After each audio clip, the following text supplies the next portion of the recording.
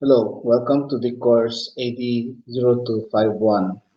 So I'm here to present an introduction to the course since this is our first meeting. I know that this week is still a bit unstable with enrollment still going on. So that's why I decided to just talk to you about the course and we can start the lessons next week. So for this presentation, I'm going to talk about the course information and then about me, information about me as your teacher, and then what we expect from you, what we expect that you will learn from this course, and the topics that we will go through throughout the semester, and then what we will be doing during the sessions, and how am I going to assess you, and then the class policies, and then how I am going to grade you. Okay. First, about the course information. So this is AD0251. Its title is Conservation Principles, Policies, and Liturgical Arts. Now, the liturgical arts is just recently added to this course, so it used to um, only tackle conservation principles and policies. Now, because this course has now been made available to all three programs, the BS Architecture, BS Landscape, and BS Interior Design. And it's the BS Interior Design who actually requested that liturgical arts be incorporated in the course. So we are group one, and our schedule is 2 p.m. to 6 p.m. every Friday, and there are no prerequisite. And for prerequisite, I think that this course is available only from third year up. So I expect all my students to be in the third year standing. And for the description, this is an introduction to conservation of heritage resources and liturgical arts. Now I am architect Troy Dino Elizaga. I usually drop the second name. It says here that I am in Davao City, but actually right now I'm in Bohol. Next week I will be relocating to Davao City because of the pandemic, so I decided to just stay in my hometown instead of going to Cebu. But that also means next week we will not meet again, and I will be sending you another recording because the day of my trip happens to be Friday. So my contact informations from email, it's tselizaga@usc.edu.ph, and for my mobile number, it's 0927-088-7030. That's Globe. I prefer actually that you send me emails, and if you have to contact me by cell phone, I prefer that you contact me by text, unless extremely necessary, so you can uh, contact me by call. Also, if you have to contact me in any ways, you have to please identify which class or course you belong because chances are, um, because it's difficult for us to determine, we have to go to the class list because some of your question might be applicable to any of the courses. For example, you might be asking about your grade, or you might be asking about requirements in general, and then there's no hint of whether it is related to this course or another course or another one. Okay. So consultation period will be from 1 p.m. to 2 p.m. from Mondays to Fridays. So at the end of the course, we expect that you would know how to assess the cultural importance of a heritage resource and to properly document a heritage resource and to recommend appropriate intervention to conserve a heritage resource. So the topics that we will be dealing with are this, the topics in the black hexagon are actually the topics which we will take during the first half of the semester, and those outside in the periphery are the topics for the second half of the semester. We'll talk about overview of culture and heritage, basic principles in conservation, laws related to heritage conservation, socio-economic and historical significance, architectural and urban significance. And after midterms, we will tackle pre-Spanish and Spanish heritage resources, Chinese and American heritage resources, written and drawn documentation of heritage resources, photo and video documentation, preservation, restoration, reconstruction, and adaptive reuse. Now, during our session, most of the time we will have online lectures, but I'll be giving you assignments to watch videos, and there will also be some reading assignments. Okay, so for assessment, there will be a quiz after each major topic. Actually, what will happen is that there will be a quiz every meeting since we meet only once a week.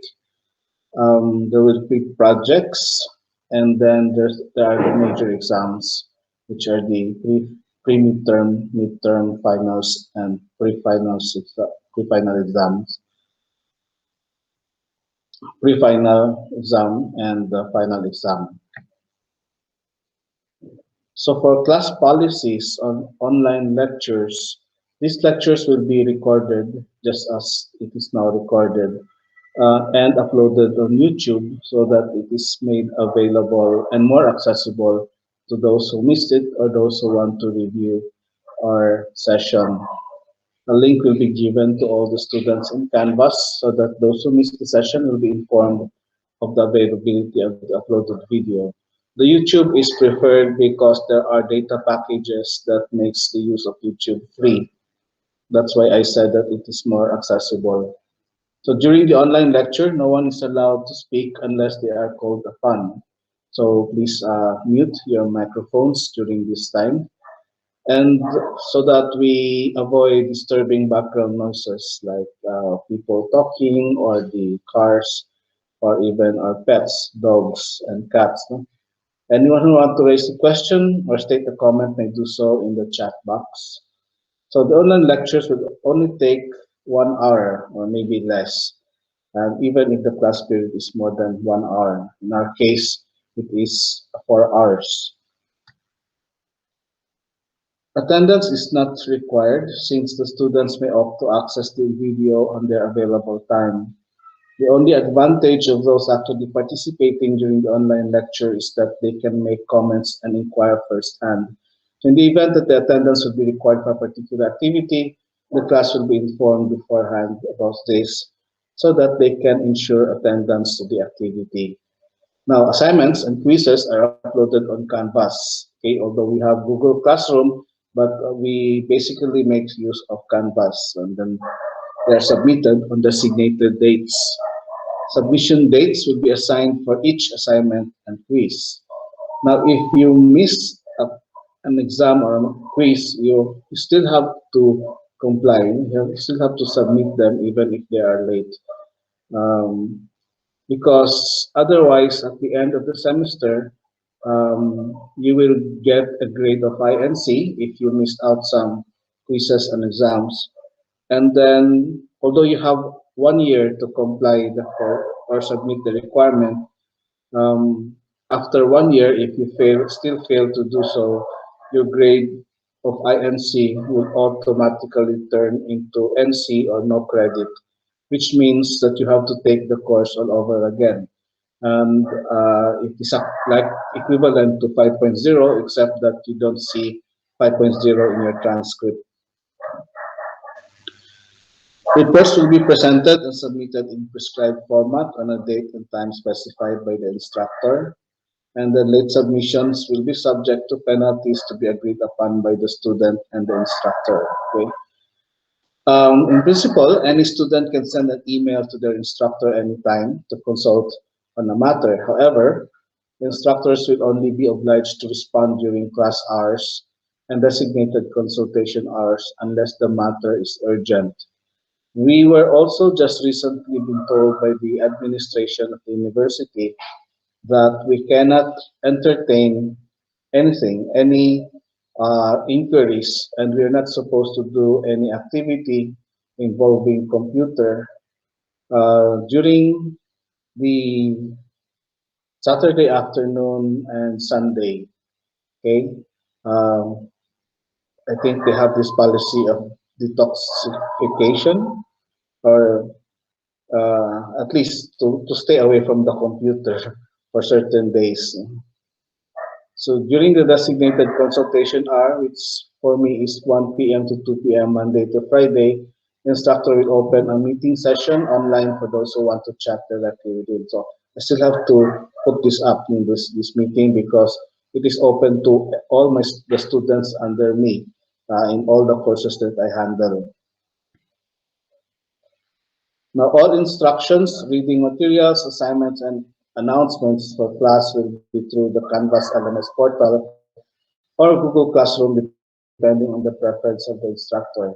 Actually, we will only use Google Classroom for the Google Meet and as a backup if the Canvas system fails or bugs down. No? In case of complaints concerning the class, students must approach the teacher directly via email, or they may email the chairman if the complaint is about the instructor. Okay, so the email address of the chairman is arcdep@usc.edu.ph. And please avoid posting complaints to social media because it does not solve anything and it only makes small matters worse. Plagiarized work will automatically be given a grade of 4.0. So material sourced from the internet or other printed work should be provided with attribution and source reference. Okay. Replicating your classmates' materials and project components are considered plagiarism. So I guess this is clear. No, at first actually I thought that this would not be an issue, but then last semester, even in design classes, there were complaints from teachers that students are copying the designs of their classmates and submitting them as their own. Okay. Okay. So to grade you, quizzes, projects, and major exams will have 30% each, and then participation is 10%. So participation is given a scores given for requirements that need not be checked or graded, but the mere fact of submission earns the points.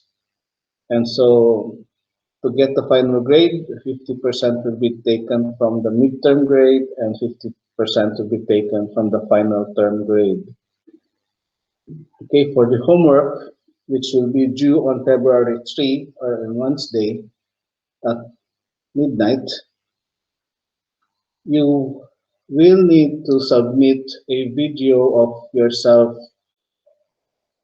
You will introduce yourself to me through a video. So you're going to make a short video, maybe around 2 minutes or so, where you state your name, where you are based now, whether you were under me before, what courses are you under me now, in case you are under me in another course, how you access Canvas, is it through cell phone, laptop, or desktop, and how do you access the internet? Do you use prepaid or postpaid phone data, or do you have internet connection at home?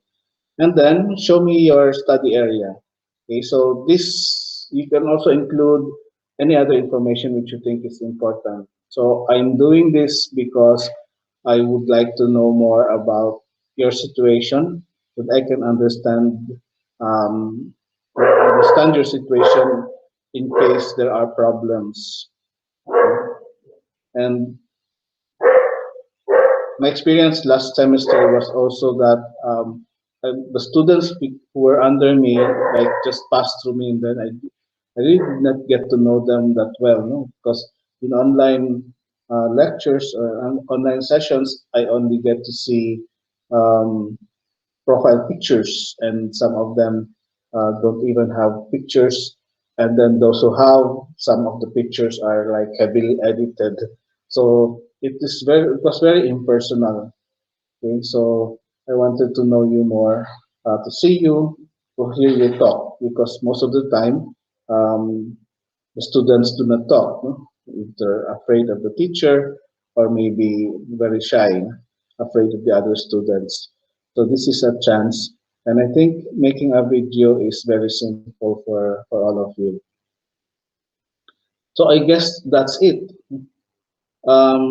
Once again, we will be, well, you will have another recording for next meeting, which I will upload only during that meeting. Okay, so I'm very sorry for this. I will make it up for the next succeeding meeting. So it's just that it's difficult to arrange for travel, especially during this pandemic. Okay, so if you have any questions regarding this or anything that I told you in this video, so please feel free to um, send me an email. I will try to answer as soon as I can. So thank you very much.